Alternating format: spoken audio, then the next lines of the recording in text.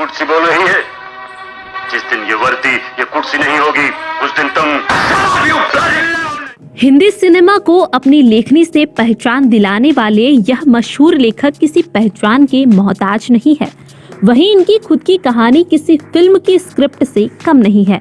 बहुत कम लोगों को पता होगा कि शुरुआती जीवन में वह क्रिकेटर बनना चाहते थे, लेकिन क्रिकेटर बनते बनते वह एक कुशल कमर्शियल पायलट बन गए। वहीं उनकी किस्मत ने उनके बारे में कुछ और ही सोच रखा था। वह आए तो थे एक्टर बनने, लेकिन एक्टिंग के बाद एक ऐसे लेखक बने जिसने न केवल भारतीय सिनेमा की दिशा बदल दी, बल्कि अंतर्राष्ट्रीय सिनेमा को भी प्रभावित किया। जी हाँ, हम बात कर रहे हैं मशहूर लेखक सलीम अब्दुल रशीद खान की। उनको पकड़ना मुश्किल ही नहीं, नामुमकिन है। तुम्हारा नाम क्या है? बसंती। हमारा नाम बसंती है। पहली बार सुना ये नाम। ये सलीम ही थे जिन्होंने पद्मश्री लेने से यह कहकर इनकार कर दिया कि उन्हें कम से कम पद्म भूषण मिलना चाहिए। आज के द अनटोल्ड बायोग्राफी में हम जानेंगे मशहूर लेखक सलीम खान से जुड़े तमाम सुने अनसुने किस्से। आप बने रहिए हमारे साथ। भारतीय सिनेमा को अपनी धारदार लेखनी से एक से बढ़कर एक कालजयी फिल्में देने वाले सलीम खान की खुद की कहानी किसी फिल्मी पटकथा से कम नहीं है। अपने जीवन में क्रिकेटर बनने का सपना संजोए बैठे सलीम खान कमर्शियल पायलट बने। यही नहीं, सिनेमा में भी उन्होंने अपनी शुरुआत एक्टिंग से की। अरे सांप! कहाँ? अरे बाप रे! लेकिन शायद सलीम को भी नहीं पता होगा कि आगे जाके वह फिल्म की कहानी लिखेंगे और इसको अलग मुकाम तक लेके जाएंगे, और उनके लिखे संवाद इतने प्रभावी और सशक्त होंगे कि सिनेमा का इतिहास इसके बिना अधूरा होगा। जब बच्चा रात को रोता है तो माँ कहती है बेटे सो जा नहीं तो गब्बर सिंह आ जाएगा। बताएंगे सलीम साहब के जीवन से जुड़े तमाम किस्से कहानी, लेकिन शुरुआत करते हैं उनके सिनेमा जगत में आने के सफर से। ये गेंद मेरा है। यहाँ कैसे आया? उड़ के क्रिकेट खेल रहे थे हम लोग। आगे बढ़ने से पहले आपसे गुजारिश है कि अगर अभी तक आपने हमारे YouTube चैनल को लाइक और सब्सक्राइब नहीं किया तो अभी कर लीजिए। इसने आपने जाने क्या क्या लिख दिया कि मैंने उसे किडनैप किया, कि मैंने मार डालने की धमकी दी, कि मैंने आपसे 2.5 लाख रुपए छीन लिया। हिंदी सिनेमा के स्टार लेखक कहे जाने वाले सलीम खान का जन्म 14 नवंबर 1935 में इंदौर में एक समृद्ध परिवार में हुआ था।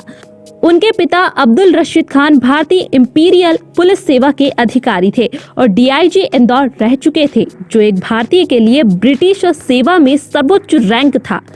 सलीम खान के दादा अनवर खान अलकोजाई पश्तून थे और अफगानिस्तान से आकर आज से तकरीबन 150 साल पहले इंदौर में बस गए थे। एक मजबूत और संभ्रांत परिवार में पैदा होने के बावजूद उनका बचपन काफी संघर्ष से भरा रहा। जब सलीम मात्र 5 बरस के थे तभी उनको अपनी मां की बीमारी के चलते उनसे अलग कर दिया गया। मात्र 9 साल की उम्र में ही सलीम की मां परलोक सिधार गई। सलीम के सिर से उनके पिता का साया भी मात्र 14 साल की आयु में ही उठ गया था। 5 भाई बहन में सबसे छोटे सलीम की शुरुआती शिक्षा इंदौर के सेंट राफेल स्कूल से हुई और उच्च शिक्षा इंदौर के ही होलकर कॉलेज से।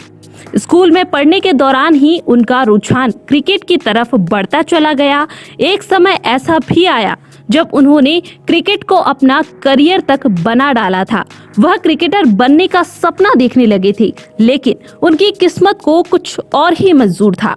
इसके बाद वह पायलट बनने का सपना देखने लगे।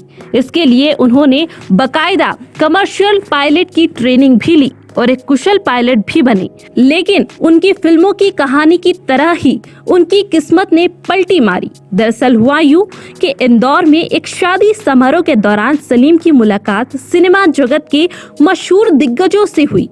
शादी राजश्री फिल्म्स के फाउंडर ताराचंद बड़जात्या के बेटे कमल बड़जात्या की थी, तो लाजमी है कि सिनेमा जगत के दिग्गज लोग मौजूद होंगे। इसी शादी के दौरान उस दौर के दिग्गज फिल्म प्रोड्यूसर के अमरनाथ की नजर सलीम खान पर पड़ी। उन्होंने उनसे कहा कि वह सिनेमा जगत में करियर बनाएं, कि अमरनाथ सलीम खान से इतना प्रभावित हुए कि वह मुंबई आने के लिए सलीम खान को पैसे भी दे रहे थे। सलीम खान ने उनसे कहा कि उन्होंने कभी भी ना स्टेज और ना किसी थिएटर में कभी भी काम किया है, वह भला फिल्मों में एक्टिंग कैसे करेंगे। तब के अमरनाथ ने उनसे कहा कि दिलीप साहब ने भी कभी कोई थिएटर या स्टेज नहीं किया, लेकिन आज वह बहुत बड़े सुपरस्टार है। सुंदर कदकाठी और शानदार पर्सनालिटी के मालिक सलीम खान को यह बात जच गई और यहीं से उनका रुझान सिनेमा जगत की तरफ हो गया। उन्होंने मन बना लिया कि अब वह एक्टिंग ही करेंगे। मिले तो जिंदगी मिली, मिले तो रोशनी मिली। हालांकि घर में उनके बड़े भाई ने इसका बड़ा विरोध किया, लेकिन सलीम के जुनून को देखकर वह भी पीछे हट गए। शुरुआत में फिल्म निर्देशक के अमरनाथ ने अपनी फिल्म बारात में एक सहायक भूमिका की पेशकश की। साल 1960 में फिल्म बारात बनकर तैयार हुई। इसके बाद सलीम खान को छोटे छोटे रोल मिलने लगे और उनका सिनेमा जगत में संघर्ष चलता रहा। उन्होंने अगले दशक में लगभग 2 दर्जन फिल्मों में काम किया, लेकिन कोई खास मुकाम हासिल नहीं कर पाए। इनकी प्रमुख फिल्मों की बात करें तो इनमें तीसरी मंजिल, सरहदी लुटेरा, दीवाना, प्रोफेसर, काबली खान, बचपन, आंधी और तूफान, राका, छेला बाबू और वफादार शामिल है। डॉन का इंतजार तो 11 मुल्कों की पुलिस कर रही है, लेकिन सोनिया, डॉन को पकड़ना मुश्किल ही नहीं, नामुमकिन। इनमें ज्यादातर फिल्मों में वह सहायक कलाकार की भूमिका में ही दिखे।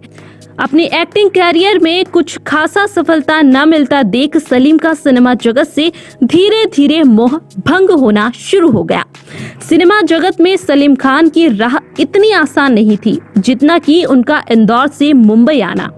दरअसल इंदौर से मुंबई आने के फैसले पर उनके बड़े भाई ने उनसे कहा था कि या तो सलीम कुछ दिनों में वापस इंदौर आ जाएंगे या फिर कुछ दिनों के बाद कहेंगे कि उनके पास पैसे खत्म हो गए और उनसे पैसे मांगेंगे।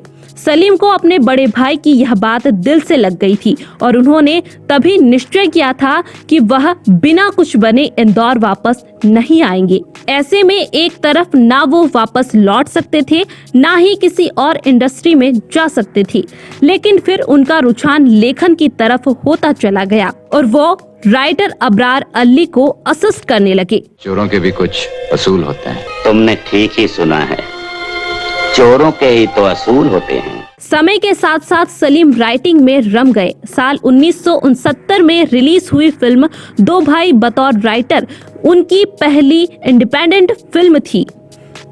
इसी के कुछ दिनों बाद सलीम खान और जावेद अख्तर की मशहूर जोड़ी बनी, जिसे सिनेमा जगत का सबसे टॉप लेखक जोड़ी कहा जाता है। जाओ पहले उस आदमी का साइन लेकर आओ जिसने मेरे हाथ पे ये लिख दिया था। उसके बाद मेरे भाई। आज खुश तो बहुत हो गए तुम। सलीम जावेद की जोड़ी बनने और टूटने का भी काफी दिलचस्प किस्सा है। आगे जानेंगे जोड़ी टूटने और बनने की कहानी और कैसे इस मशहूर जोड़ी ने अपनी लेखनी से पूरे सिनेमा जगत की परिपाटी को ही बदल दिया। अब मुलाकात हो गई। जब तक बैठने को न कहा जाए शराफत से खड़े रहो। आप बने रहिए हमारे साथ। आगे यह भी जानेंगे आखिर किस वजह से सलीम खान की पत्नी ने उनसे 6 महीने तक बातचीत नहीं की थी। लेकिन आगे बढ़ने से पहले आपसे रिक्वेस्ट है कि अगर अभी तक आपने हमारे चैनल को शेयर नहीं किया है तो अब कर लीजिए। कितना इनाम रखे हैं सरकार हम पर? पूरे 50,000। सलीम खान और जावेद अख्तर की पहली मुलाकात साल 1966 में आई फिल्म सरहदी लुटेरा की शूटिंग के दौरान हुई थी। इस फिल्म में सलीम जहां एक्टिंग कर रहे थे, वहीं जावेद क्लैपर बॉय की भूमिका में थे। यहीं से दोनों की दोस्ती शुरू हुई और फिर आगे चलकर उन्होंने सिनेमा जगत में अपनी टीम बनाई, जिसे सलीम जावेद के नाम से जाना गया।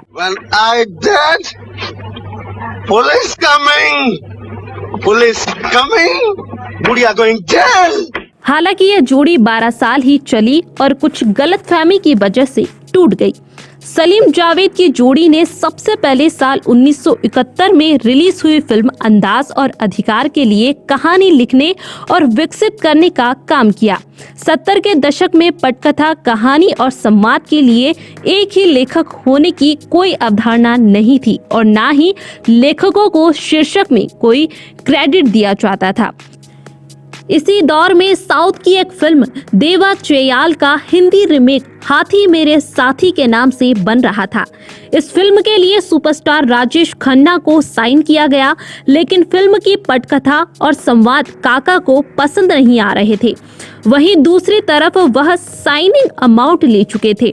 एक तरफ काका को जहां फिल्म की पटकथा पसंद नहीं आ रही थी, वहीं वो इस स्थिति में नहीं थे जिससे साइनिंग अमाउंट वापस कर सके। ऐसे में उनको सलीम खान की याद आई, जो उनके साथ पहले फिल्म अंदाज में काम कर चुके थे। उन्होंने सलीम खान की फिल्म हाथी मेरे साथी के पटकथा को सही करने के लिए कहा और इस फिल्म से सलीम जावेद की जोड़ी का आगाज पटकथा लेखन में हुआ। मेरा रामू मेरा यार चला गया, मेरी प्यार की दुनिया उजड़ गई, मुझे कोई नहीं चाहिए, मुझे कुछ नहीं चाहिए। ये सुपरस्टार राजेश खन्ना ही थे जिन्हें सलीम जावेद को पहला मौका देने का क्रेडिट जाता है। साल 1971 में जब फिल्म हाथी मेरे साथी रिलीज हुई तो बॉक्स ऑफिस पर तहलका मच गया। रामू ने अपने जीते जी पहली बार हमें मिलाया था और आज अपनी जान देकर उसने फिर से। इसके बाद सलीम जावेद ने पीछे मुड़कर कभी नहीं देखा और एक से बढ़कर एक कालजयी फिल्में देते चले गए। 12 साल के दौर में ऐसा भी समय आया जब सलीम जावेद सिनेमा जगत के सबसे महंगे राइटर में शुमार हुए। ये सलीम जावेद ही थे जिन्होंने बॉक्स ऑफिस का फॉर्मूला ही बदल दिया। जहां उनसे पहले फिल्मों की कहानी रोमांटिक होती थी, वहीं दोनों ने आम जन के संघर्ष पर कहानी लिखना शुरू किया। उनकी फिल्मों में हीरो को सिस्टम से लड़ते हुए दिखाया गया। इनके आने के बाद ही अंडरवर्ल्ड जैसे विषय पर फिल्में बननी शुरू हुई। ये सलीम जावेद ही थे जो अपनी लेखनी से अमिताभ को एंग्री यंग मैन के इमेज में स्थापित करते चले गए। मैंने सोच लिया मैं यहाँ से चला जाऊंगा। वक्त के मरहम से दिल का हर जख्म भर जाता है। आइए अब बात करते हैं दोनों को मिले अवार्ड की। एक साथ काम करने के दौरान सलीम जावेद ने 6 फिल्म फेयर पुरस्कार जीते। साल 1973 में रिलीज हुई फिल्म जंजीर के लिए बेस्ट स्क्रीन प्ले और बेस्ट स्टोरी का अवार्ड, साल 1975 में रिलीज हुई फिल्म दीवार के लिए best dialogue, best screen play और बेस्ट स्टोरी का अवार्ड और साल 1982 में रिलीज हुई फिल्म शक्ति के बेस्ट स्क्रीन प्ले का अवार्ड मिला था। मानता हूं मैं मुजरिम हूं, लेकिन आपका मुजरिम नहीं। आगे बढ़ते हैं और जानते हैं कि आखिर क्यों एक रात सलीम जावेद हाथ में पेंट और ब्रश लेकर मुंबई की सड़क पर टहल रहे थे। दरअसल ये किस्सा फिल्म जंजीर के रिलीज के समय का है। उस समय किसी फिल्म के पोस्टर पर राइटर का नाम देने की कोई परिपाटी नहीं थी। फिल्म के जब पोस्टर सिनेमा हॉल पर लगे तो सलीम जावेद को अपना नाम ना देखकर काफी मायूस हुए। इससे एक रात सलीम जावेद ने खुद ही पेंट और ब्रश से रात भर मुंबई में घूम घूम कर फिल्म के लगे हुए पोस्टर पर अपना नाम लिख दिया। इसके बाद फिल्म के नए पोस्टर पर उनका नाम दिया जाने लगा। इसी किस्से के बाद पूरे सिनेमा जगत में फिल्म के पोस्टर पर लेखक के नाम दिए जाने लगे। नहीं फांसी का फंदा है, देख फंदा खुल गया। सलीम जावेद ने ही सिनेमा जगत में बाउंड स्क्रिप्ट देने की परिपाटी शुरू की थी। सबसे पहले उन्होंने दीवार की बाउंड स्क्रिप्ट देकर एक नया ट्रेंड शुरू किया, जिसमें स्क्रीन प्ले बड़े डिटेल में लिखा हुआ था। स्क्रिप्ट में छोटी सी छोटी बात का जिक्र किया गया, यहाँ तक कि किस सीन के बाद कट लगेगा और अगला सीन कहाँ से शुरू होगा। ये उस दौर में बिल्कुल नई बात थी। सलीम जावेद के काम का प्रभाव दक्षिण भारतीय सिनेमा में भी देखने को मिला। उनकी कई पटकथा पर कन्नड़, तमिल, तेलुगु और मलयालम सिनेमा सहित अन्य साउथ फिल्म इंडस्ट्री में रीमेक हुआ।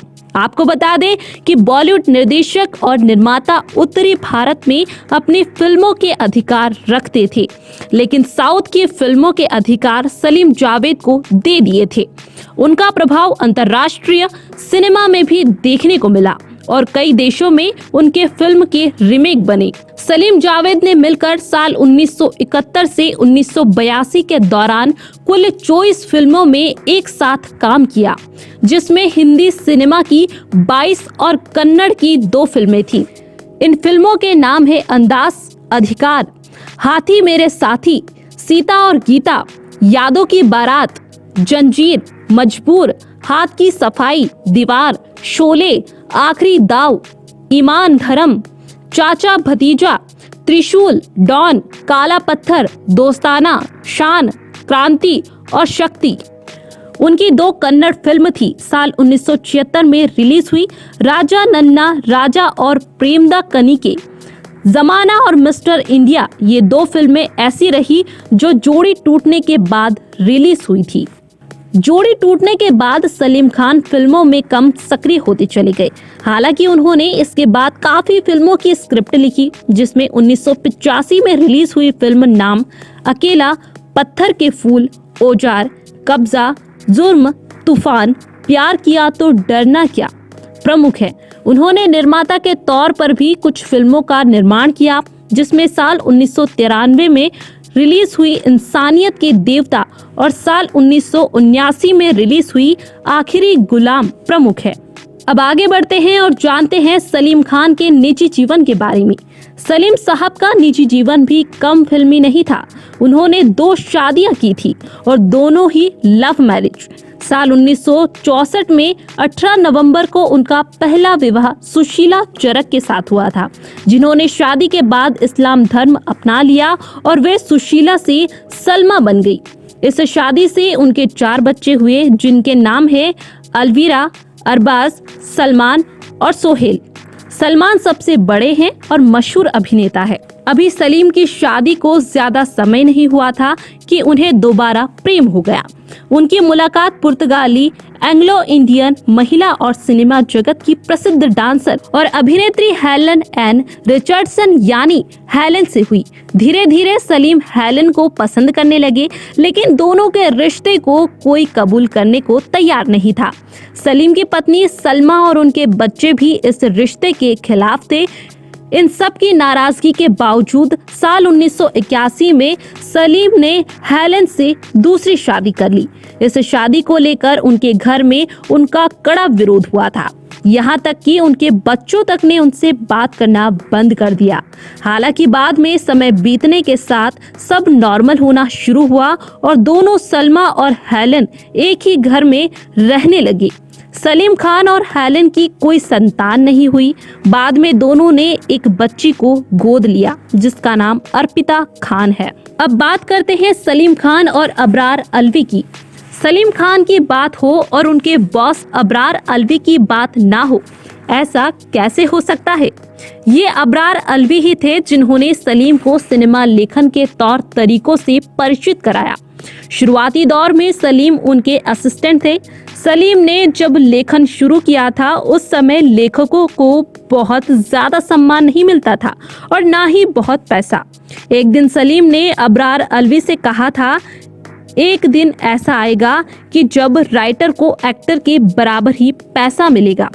उस समय अबरार अलवी ने सलीम से कहा था कि मेरे सामने तो तुमने ऐसा बोल दिया है, लेकिन किसी और के सामने कभी ऐसा मत बोलना, वरना लोग तुम्हारा मजाक उड़ाएंगे। सलीम के करियर में एक दौर ऐसा भी आया जब उनको फिल्म के एक्टर से ज्यादा पैसा मिला। जी हाँ, वह फिल्म थी दोस्ताना, जिसे सलीम जावेद ने साथ में लिखा था। मीडिया रिपोर्ट्स की मानी जाए तो इस फिल्म के लिए निर्माता यश जौहर ने सलीम जावेद को 12.5 लाख रुपए की फीस दी थी और महानायक अमिताभ बच्चन को 12 लाख। कहते हैं कि अपना मेहनताना मिलने के बाद सलीम साहब ने अपने पुराने बॉस अबरार अलवी को फोन किया और उनसे कहा कि आपको याद है, एक दिन मैंने आपसे कहा था कि वह वक्त भी आएगा जब राइटर को हीरो के बराबर पैसे मिलेंगे। उस वक्त मैं गलत था, चूंकि अब राइटर को हीरो से भी ज्यादा पैसे मिलते हैं, मुझे मिले हैं। सलीम की यह बात सुनकर अबरार अलवी बहुत खुश हुए और उन्होंने उनकी बहुत प्रशंसा की थी। आइए अब जानते हैं कि सलीम साहब की पत्नी सलमा दहेज में क्या लेकर आई थी, जिसकी वजह से सलमा ने उनसे 6 महीने तक बात नहीं की। एक टीवी शो के दौरान सलीम खान ने बताया कि सलमा अपने साथ नौकर गंगाराम को दहेज में लेकर आई थी। तब से वह उन्हीं के साथ रहते हैं और परिवार का अहम हिस्सा है। बच्चे सब उन्हें मामा राम कहकर बुलाते हैं। सलीम ने आगे बताया कि एक बार उन्होंने गंगाराम को डांट दिया था, जिसकी वजह से सलमा ने उनसे 6 महीने तक बात नहीं की। सलमा जब घर छोड़ के आई थी जी, तो दहेज में उनको लेके आई थी। इसके बाद गंगाराम को कोई कुछ कहने की हिम्मत नहीं करता। सलीम खान से इतने किस्से कहानी जुड़ी है कि इसको एक एपिसोड में समेटा नहीं जा सकता। हम समय समय पर उनसे जुड़े किस्से कहानी आप तक पहुंचाते रहेंगे। उम्मीद है कि यह कहानी आपको पसंद आई होगी। अगर सलीम खान से जुड़ा कोई किस्सा आपके पास भी हो तो जरूर शेयर कीजिए। चलते चलते एक बार फिर आपसे रिक्वेस्ट है कि अगर अभी तक आपने हमारे चैनल को सब्सक्राइब और शेयर नहीं किया तो अभी जरूर कर लीजिए। नमस्कार।